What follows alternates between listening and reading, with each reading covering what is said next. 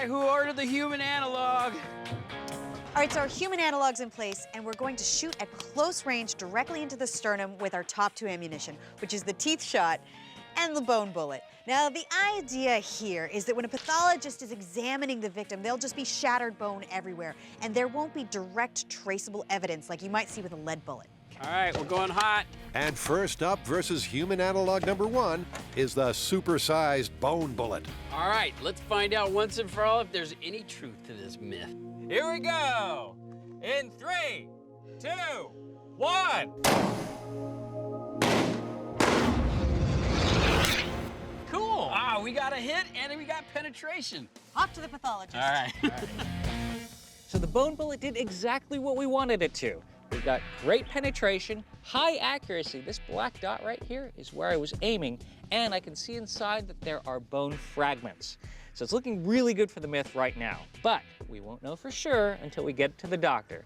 And until then, it's time to take him down and put him on ice. So while target number 1 is chilling out, awaiting an examination by our medical examiner, cue target 2 and a shotgun shell with bite. So the shotgun's still in the running. This may be our last chance for an actual teeth bullet. Now, the idea is that maybe it won't penetrate the way the bone does, but it'll spray and you might bleed out. It still might be viable ammunition. It penetrates enough, it's got good aim, and it destroys on impact. All right, teeth shot. We're hot. So if the teeth bullet is gonna be plausible, it's gonna be right here. 3, 2, 1. Yeah. That looks great. I am shocked by this result, especially after we shot into the ballistics gel. I mean, we were only getting about 2 inches of penetration, which didn't seem like a lethal shot. But after we fired into our human analog, I mean, this looks like a lethal shot. It punched through the skin, into the organs, and the best part is it actually went through the rib cage. Now the big test is, will the pathologist be able to identify what did this damage? Right now, this myth is looking very good. Take it to the pathologist. All right. Cue expert medical examiner Dr. Melanik and her oscillating saw. Her challenge? Well, the team has brought home the bacon in body bags. And without knowing the cause of the injuries, she has to autopsy the 2 victims. First up, the bone bullet. So I'm just looking to see if there are any signs of injury to the animal. And what I see is that a wound over here, but it looks like a sharp force injury, like from a knife. It doesn't look like from a gunshot wound. This is looking really good for the myth. She thinks it's a stab wound. For the myth to be confirmed, traceable evidence will elude the doc, and she won't be able to work out what punched a hole in Porky here. So I'm just reflecting this backwards to see where this injury is going and how deep it's going. The doc follows the injury through the skin and muscle in the chest wall, getting a picture of the force and trajectory of the trauma that caused it. There is some trauma too. Okay, penetrated 4 inches. What the heck is that? This is not normal for a heart. Damaged the heart, damaged the liver, broke 3 ribs. Definitely a lethal blow.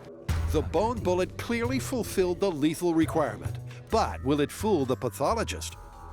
If you hold the evidence, which I've recovered from the injured organs, side by side, next to the cut rib, you'll notice that they're different in appearance. It doesn't appear to be like either like the bone, which has a marrow, or like the cartilage that it went through. So you're saying whatever that is not part of this pig? It's not part of this pig. This is a foreign object that was introduced into this pig. She's good. She's very good. She is She's good. really good. Nothing getting by you. With some patience, skill, and experience, Dr. Melanik recovers all of the foreign objects from the injury, and soon has the answer to this porcine puzzle.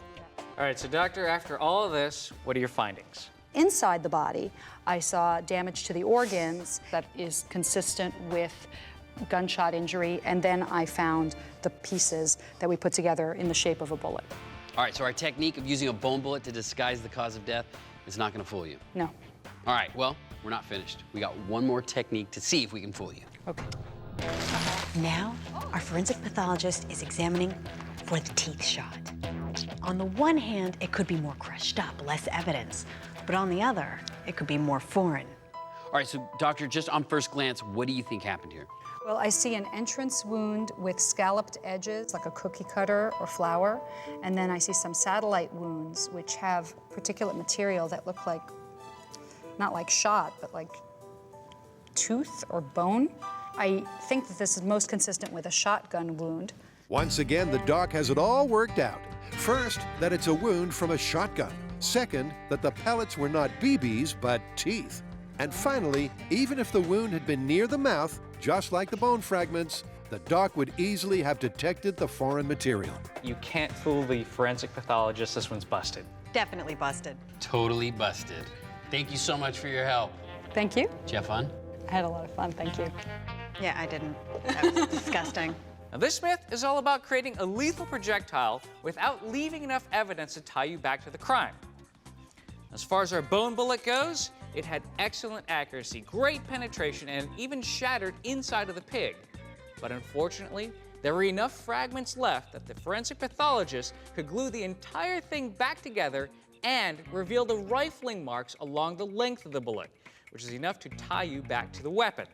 Now, with the teeth shot, she looked at it and instantly realized it was a shotgun wound. Nice work, Dr. Judy. I got a molar. Look at that, relentless. It's a definitive result. The slugs may have been moderately accurate and barely lethal. Yeah, that's a really tight group. But the crucial criterion was, could they fool the pathologist? And on that, they failed, meaning this myth is busted.